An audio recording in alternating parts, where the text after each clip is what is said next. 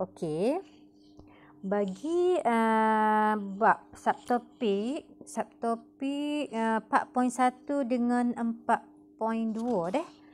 Pelajar tengok 4.1 dengan 4.2 iaitu dari muka surat 76 sampai muka surat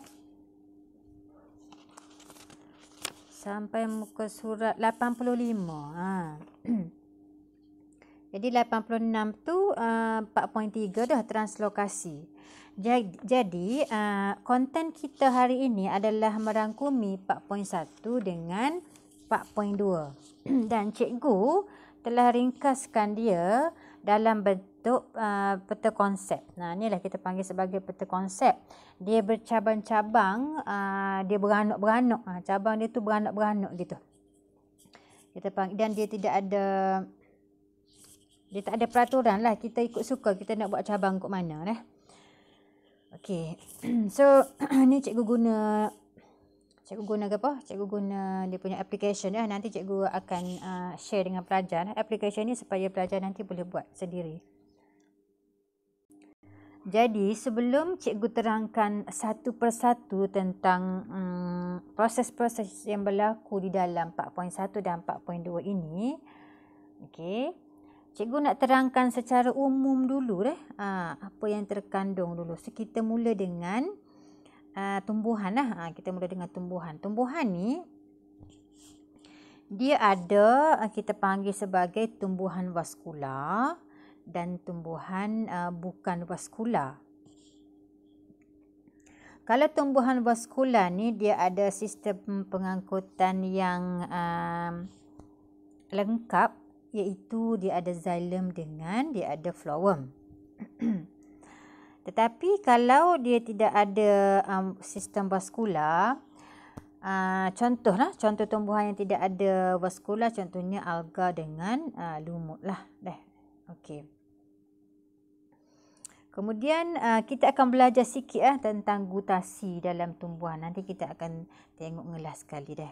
So kita akan pergi dulu kepada tumbuhan yang dipanggil sebagai tumbuhan vaskular ni, yang mana dia mempunyai xilem dengan phloem. So kita akan tengok phloem dulu sebab dia sentuh sikit je tentang phloem dalam 4.1 dengan 4.2 ni.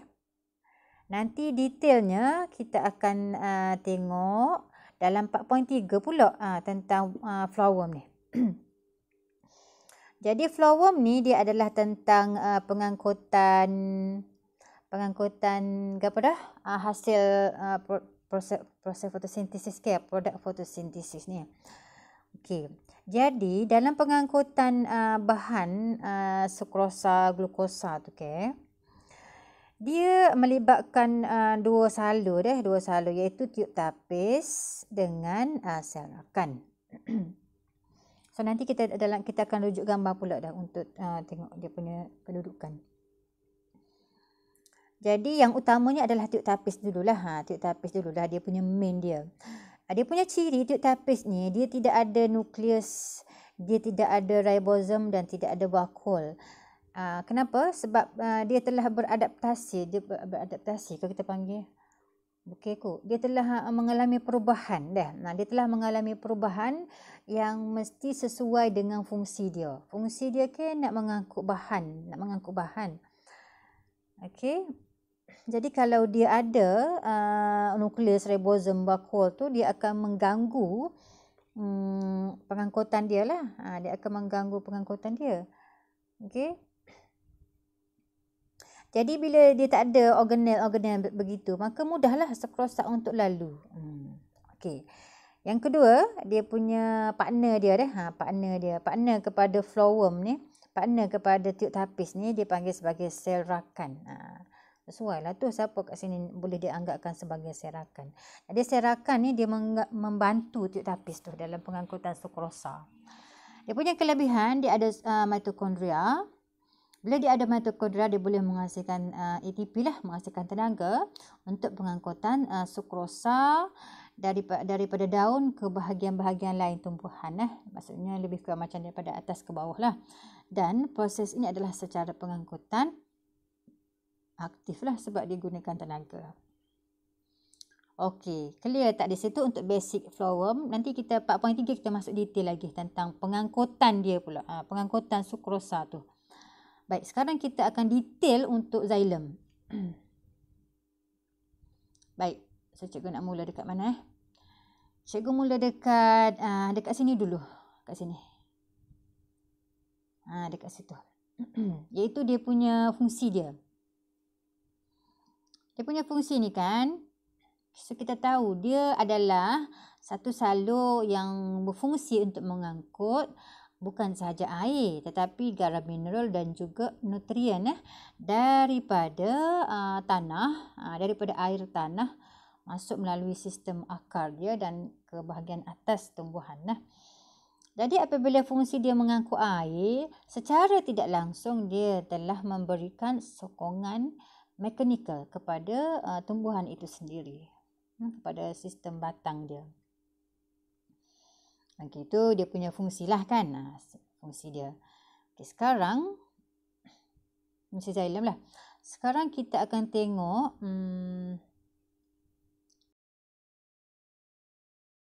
okey. Kita akan tengok dekat sini, xylem itu apa? Bagaimana dia boleh mengangkut bahan-bahan yang telah cikgu sebutkan tadi? Apa ciri-ciri yang ada pada dia? Ciri-ciri yang ada pada dia, xylem ni dia terdiri daripada salur xylem dan juga trakit. Nanti kita akan tengok gambar dia dah. Okey, salur xylem ni dia adalah sel mati sel mati. Maksudnya sel yang telah mengalami peringkat kematangan dan dia adalah sel yang macam hollow gitu, macam tiup macam tu dah. Memanjang dari hujung ke hujung dan di dalam salur xylem tu dia tidak ada cytoplasm. Organel-organel pun tidak ada lah juga. Jadi membolehkan dia untuk mengangkut bahan-bahan tadi dengan lancar. Okey, lagi dia memanjang daripada hujung ke hujung. Maksudnya daripada akar sampai ke daun lah memanjang salur xylem tu. Kemudian ciri pada dinding salur xylem tu dia adalah berlignin dan tebal. Berlignin yang tebal tetapi penebalan yang tidak sekata lah. Okey, penebalan yang tidak sekata. Jadi kelebihan ciri dia yang tebal tu kan, so memberi keistimewaan kepada dia sendirilah supaya dalam proses dia mengangkut air tu dia tidak mengalami ranak atau melentur ke macam mana sokongan daripada dia melentur. Okey. Seterusnya. Okay.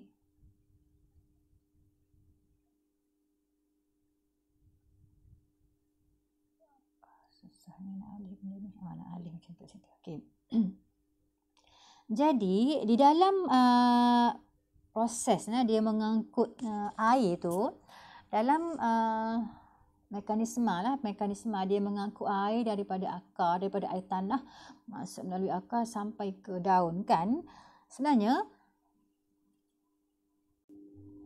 Sebenarnya dia melalui pelbagai peringkat.